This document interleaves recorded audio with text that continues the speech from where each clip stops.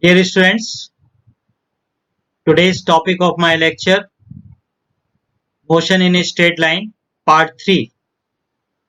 So you have to understand that what you have to learn in this part 3, which is here, uniform motion in a straight line, then position time graph and velocity time graph. So one by one I explain you. So first one is uniform motion in a straight line. So what is actual meaning of uniform motion in a straight line? Its meaning is that if a body is moving in uniform motion, then we say that it covers equal displacement in equal interval of time. However, small these time intervals may be. So that's why we can say that a body is said to be in uniform motion if it covers equal displacement in equal interval of time. However, small these time intervals may be. Now we have to derive the formula for the uniform motion. So for that purpose, we take a position axis, and suppose the origin of the position axis is at point O, and the origin of the time measurement is taken at an instant, that is at point A, where t equal to 0, such that OA distance is equal to x naught. Now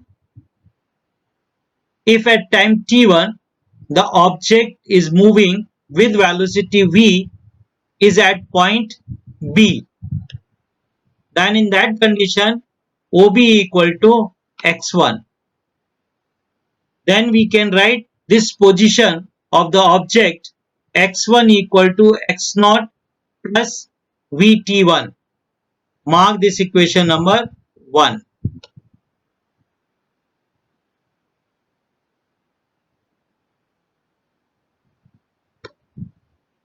Now similarly, if object reaches at point C in time t2,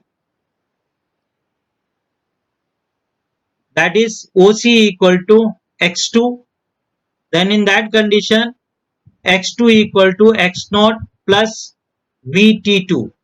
Mark this equation number 2.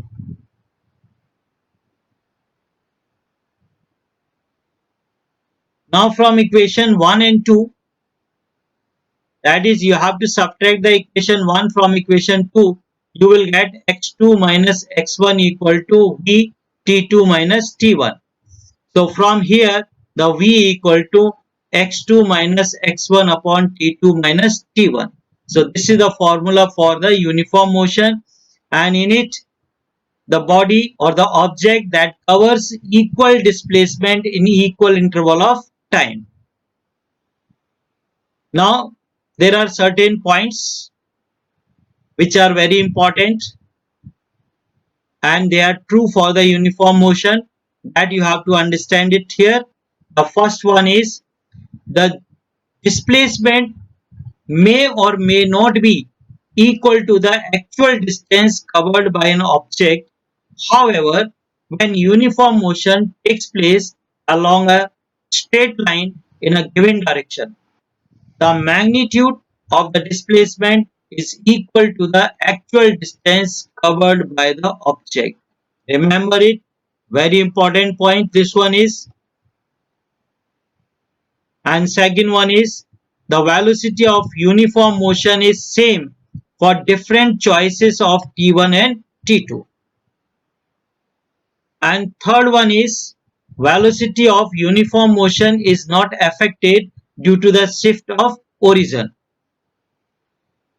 Fourth one is the positive value of velocity means object is moving towards the right of the origin, while negative velocity means the motion is towards the left of the origin.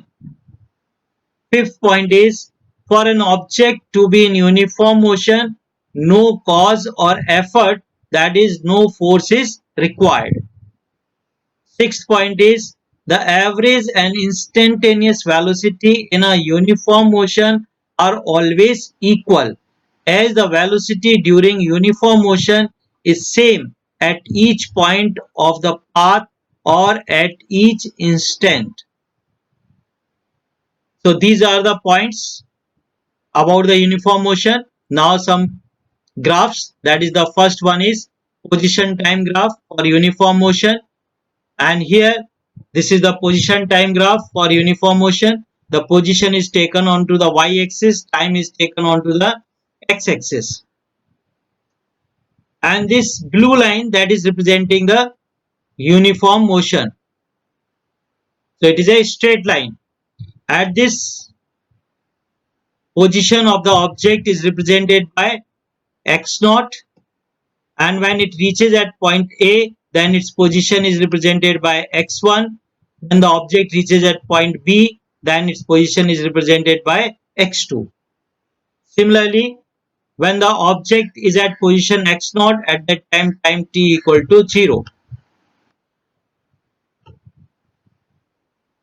When the object reaches at point A, then its time is t1, and when it reaches at point B, then its time is t2. Now we find out the slope of the position time graph that gives the velocity of uniform motion. Slope means the perpendicular distance is BC divided by AC. So the slope under the position time graph is equal to velocity of the object in uniform motion. So therefore we say that the slope of AB equal to BC upon AC, and this BC is equal to x2 minus x1, and this AC is equal to T2 minus T1. So this x2 minus x1 is the displacement, T2 minus T1 is the time interval, and that is equal to velocity of the object in uniform motion. So the important point is that the slope of the position time graph gives the velocity of the object in uniform motion. Similarly, we plot the graph of the velocity time graph.